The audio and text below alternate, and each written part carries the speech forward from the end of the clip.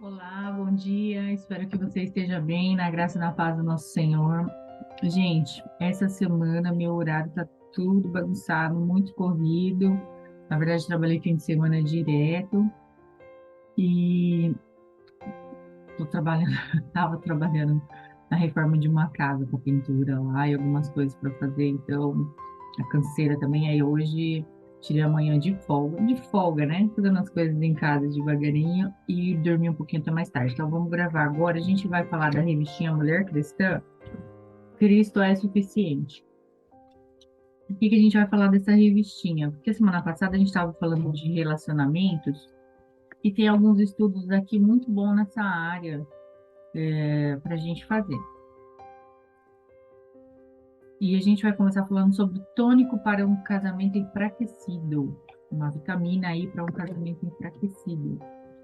Como assim, Liz? Vamos ver o que a Alice Fleurling fala para a gente. O que que ela tem para nos ensinar. E ela começa falando assim. Eu ontem estava tentando duramente manter a minha sanidade enquanto fazia um bolo. Limpava o nariz da minha filha e entretia o meu nenê de 10 meses que se impacientava pedindo atenção. Nessa cena serena, entrou o meu marido. Ele se aproximou de mim, colocou seus braços em minha volta e falou: Que cheiro gostoso estou sentindo. Obrigado por ser uma dona de casa. Sei que dá muito trabalho. Essas palavras de amor me sustentaram pelo resto do dia. Para mim, o ser dona de casa não é uma qualidade natural. A minha mudança de profissional para mãe tem tido altos e baixos. Muitas vezes, o amor que meu marido me reanimou quando as coisas pareciam insuportáveis. Muitas vezes, o amor do meu marido me reanimou quando as coisas pareciam insuportáveis. Enquanto ontem, depois de ouvir aquelas palavras, minha menina de 3 anos pareceu-me engraçadinha enquanto jogava farinha no chão, na roupa e na mesa. E meu nenê de 10 meses, apenas, curioso, em vez de mexedor. Porque 3 sentenças, 5 segundos e um abraço fizeram tanto para mudar o meu dia. Talvez porque Deus nos tenha feito assim. Nós amamos porque Ele nos amou primeiro. Somos criaturas que correspondem ao amor. O amor não se origina em nós. Amo melhor quando sou amada, primeiro por Deus, depois pelo meu marido. A dica é, maridos. Talvez o Criador tenha estabelecido o relacionamento conjugal para que esse laço especial de amor nos dê energias para amar mais simplesmente, plenamente uns aos outros. Afinal de contas, ele não precisava ter incluído o casamento em seus planos.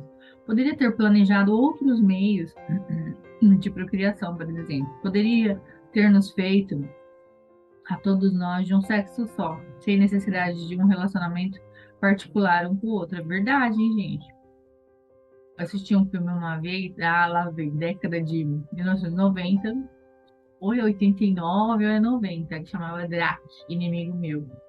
E esse ser de outro planeta, ele era assexuado, ele não tinha sexo, e ele mesmo engravidava. Então chegava a determinada época da vida, ele engravidava sozinho. O corpo dele produzia o embrião, então ele não era nem homem nem mulher, não tinha sexo e não precisava de procriação. Deus podia ter criado, né? Olha só, lembrando aí desse filme. Algumas vão lembrar, que eu acho que é da época. Enfim, né? Não vamos falar certinho aí de que década. Continuando aqui. Ele planejou que no relacionamento conjugal, iríamos encontrar um amor que explicasse o seu amor por nós e enriquecesse o nosso amor pelos outros, para o nosso prazer e para a sua sabedoria. Ele criou os relacionamentos e na sua sabedoria ele criou os relacionamentos. Por que então falta o amor em tantos casamentos? Por que ouço mulheres cristãs se queixarem? Meu marido nunca disse que me ama. Meu marido ama a igreja, mas não me ama. Ou ele diz que me ama, mas não parece, ele não demonstra. Esses comentários parecem amargos? Talvez sejam. E mesmo que o meu coração sofra pelas mulheres que os fazem, eu sei que existe um outro lado da história. Mas não posso esquecer do que dizem e como se sentem. Porque tantos casamentos cristãos são como poços secos, desertos, em lugar de jardim, funerais e não festas. Porque tantas mulheres sentem que o amor está morto. Porque acreditam que estão em um beco sem saída. Sim, aconselhando vários casais, eu e meu marido chegamos à conclusão que a razão principal, porque muitos deles se veem em meio de um casamento desabado, triste, frio, é porque muitas vezes, poxa, os maridos não levam a sério as instruções bíblicas relativas ao seu papel no relacionamento conjugal. Não se trata de uma simples vingança feminina, nem se aplica a todos, ou até nem mesmo a maioria dos maridos. Mas é verdade que muitas, muitas vezes, quando o casamento chega à beira aparentemente insuportável, a beirar aparentemente o insuportável, o intransponível, cabe ao marido o primeiro passo, na maioria das vezes. Será bom então rever algumas instruções básicas dadas aos homens com respeito às relações do casamento. E vamos considerar 4 pontos extraídos do ensinamento clássico bíblico de Paulo. Então, eu vou deixar esses ensinamentos básicos para a gente continuar amanhã, para não ficar muito longo o vídeo. E aí você fala, mas Daisy, por que que eu tenho que estudar o que o meu marido tem que fazer? A parte que ele está deficiente, eu não sou a esposa, eu não teria que estudar isso. Ele que teria que estudar. Veja bem, vamos lá. A lei brasileira, constitucional, diz que ninguém pode se excusar de não cumprir a lei ou de omitir-se de cumprir a lei, alegando que não a conhece, que a desconhece. Desculpa, gente, um bichibona. E que vai ser punido, não importa se você sabia ou não, porque você tem a obrigação de saber. Outro exemplo que a gente pode dar é como que você pode morar com alguém, saber que ele tem deficiências e não se importar em ajudá-lo. Como que você pode cobrar o conserto de um carro se você sequer leu o orçamento ou o manual, não sabe como funciona e quer falar com o mecânico sobre, sei lá, bico. Ah, os bicos não estão funcionando, mas você nem sabe para que serve. Então, assim, o casamento, ele é uma união. E você tem seu papel, claro, seu marido, o seu papel dele. Hoje em dia a gente mistura muita coisa, mas tem, né? Um ajuda o outro, mas tudo bem. Cada um tem uma função. E se você não sabe a função do seu marido, como que você vai falar com ele?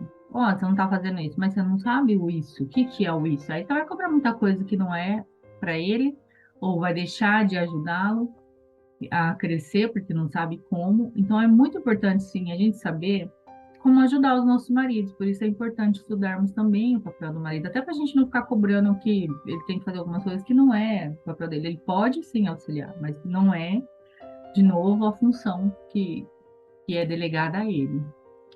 Então, aí amanhã a gente estuda um pouquinho sobre isso, tá bom? Vou tentar gravar cedinho amanhã.